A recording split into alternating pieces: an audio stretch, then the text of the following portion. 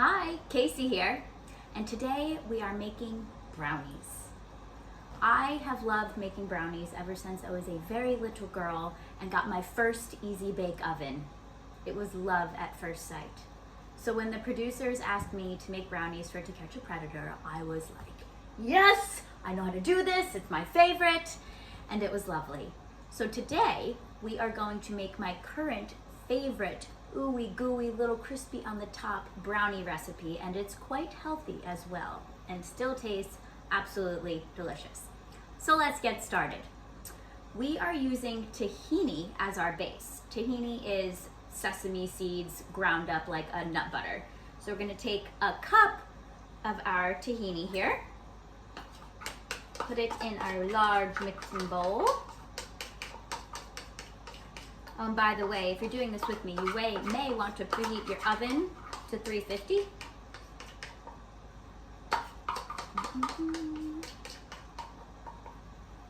All right, we've got our tahini in, and we're going to take a half a cup. I'm using coconut sugar. Half a cup of coconut sugar. In it goes. A 1/4 cup of maple syrup. I've got fresh Vermont maple syrup here. A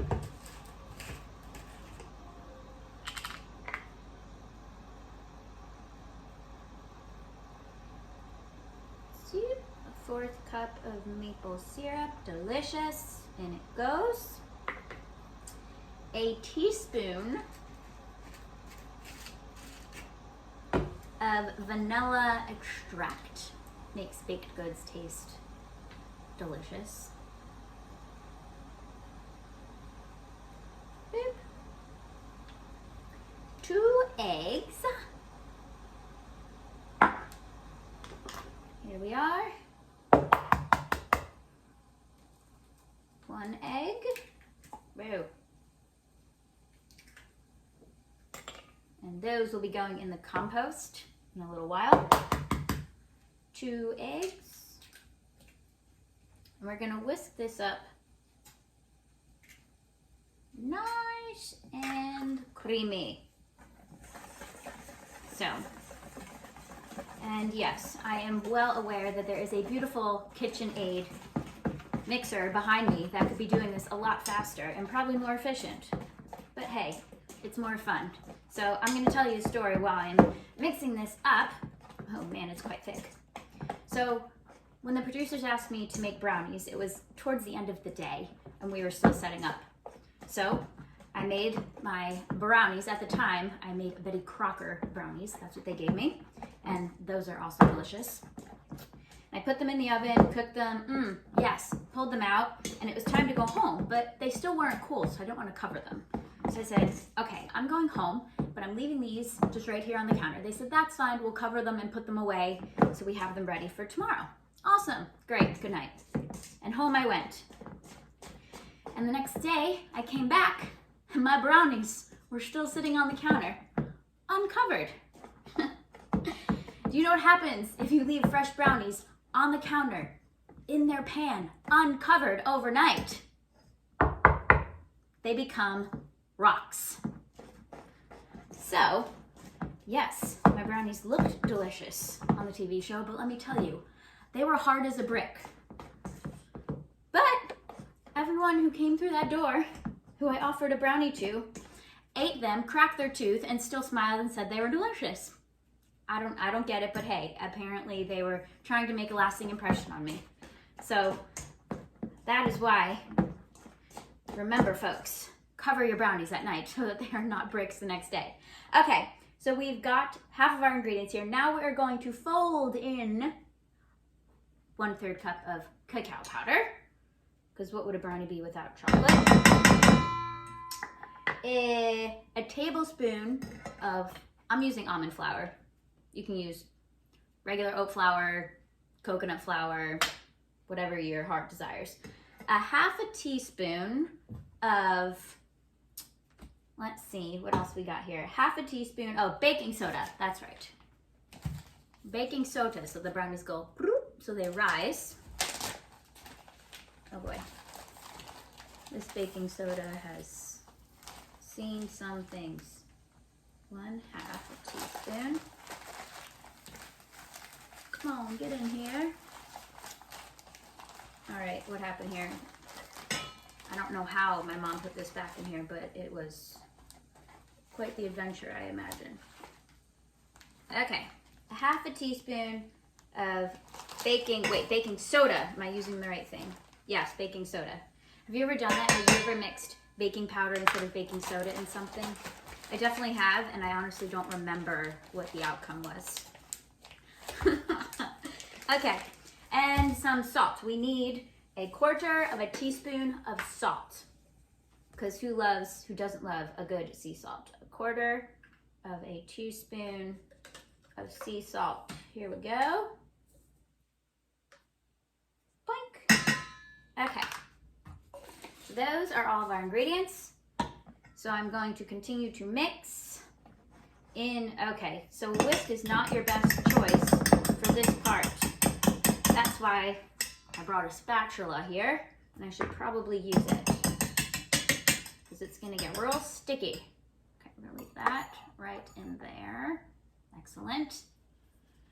Because we need to fold in the chocolate and all of the delicious dry ingredients to the wet ingredients until we have one beautiful chocolate adventure in here. We're getting there, I promise you. And again, if you're doing this with me at home, put some muscle into it. Oh, it's starting to look very decadent, like brownie batter. And the best part about making brownies is, cleaning up, being able to lift the spatula, the bowl. I have to remember to leave enough batter to actually put in the pan and not just eat the batter. And growing up, they would say, oh, don't eat cookie batter, don't eat brownie batter. You're gonna get sick because it's a raw egg. Live your life, people, take your chances. It's worth it, I promise you. All right, looks like we're all nice and mixed up in here. I mean, yes, how delicious does that look? Brownies. Okay, so I've got my pan ready here. And for a pan, this is about like 8 by 8, I guess. It's nice to spray your pan with something non-stick, or I just like to use coconut oil and I throw it in the oven so that it melts. And then make sure the edges and the bottom are all covered in a little bit of oil, so when it comes to taking your brownies out of the oven, they don't stick to the bottom. Lovely, lovely. Okay. Okay, now I've got coconut oil all over my hands, and that's great. It's good for your hair. Okay, doing my hair while I'm baking. Excellent choice, everybody. Here we are. So now we pour the batter into the pan. Oh boy, this is really thick. So, if it's super thick, you can actually put some oil or something on your spatula so that it helps get all of it off. We are going for it here. Oh yeah. There's gonna be a lot of brownie batter here, everybody. And she's thick, because the tahini is quite thick, right? Versus a regular full floured brownie recipe where it's mostly dry ingredients and you just add the eggs and things. This is a bit gooier, but that's what makes it so delicious. An ooey gooey brownie. However, you need to take the brownie off the spatula and using some self-control not to just lick all of this right now and be left with not enough batter to fill out the pan, because that's completely possible and it has totally happened before. Meh, almost there. But wait, there's so much more in here.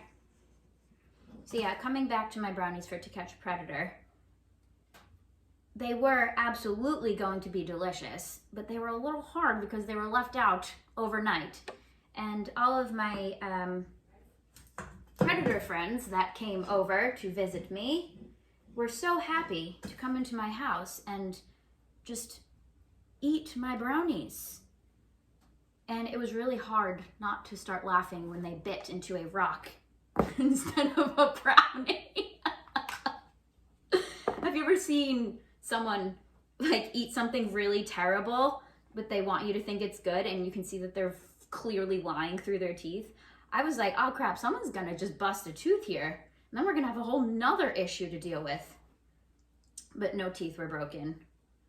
They just kept chewing and chewing, or trying to chew anyway. Okay, so this is quite sticky here. I'm just gonna use my finger because you want it to be spread throughout the pan as even as possible, so that when it cooks, all the brownie pieces are equally delicious. Spread, spread, spread. All right, well, it will spread out on its own a bit in the oven when it heats up a bit more. So we're not gonna go crazy here, but we are. Testing, testing. Yes, yes, yes. Excellent. So now we take the brownie and we put into the oven that has been preheating at 350. And then we're going to set our timer. Between 18 and 28 minutes is the recommendation. So we're gonna go for 25 because I know that's how my oven works and I've made these before. Set the oven on 25 minutes. And now we clean up and eat some batter and we wait. Okay, our brownies are just about done, so we're gonna pull them out of the oven and make sure that they are done. Oh, hold on everybody. They smell so good. Okay, so the best way to check and see if your brownies are at the perfect consistency is to stick a knife in the middle and have it come out clean, which it did. So now, the test of patience. We must wait a couple of minutes to let them cool before we get to taste them. The moment of truth, the moment I have been waiting for all day long, is to taste the brownie. So let's see, everybody. How is the brownie?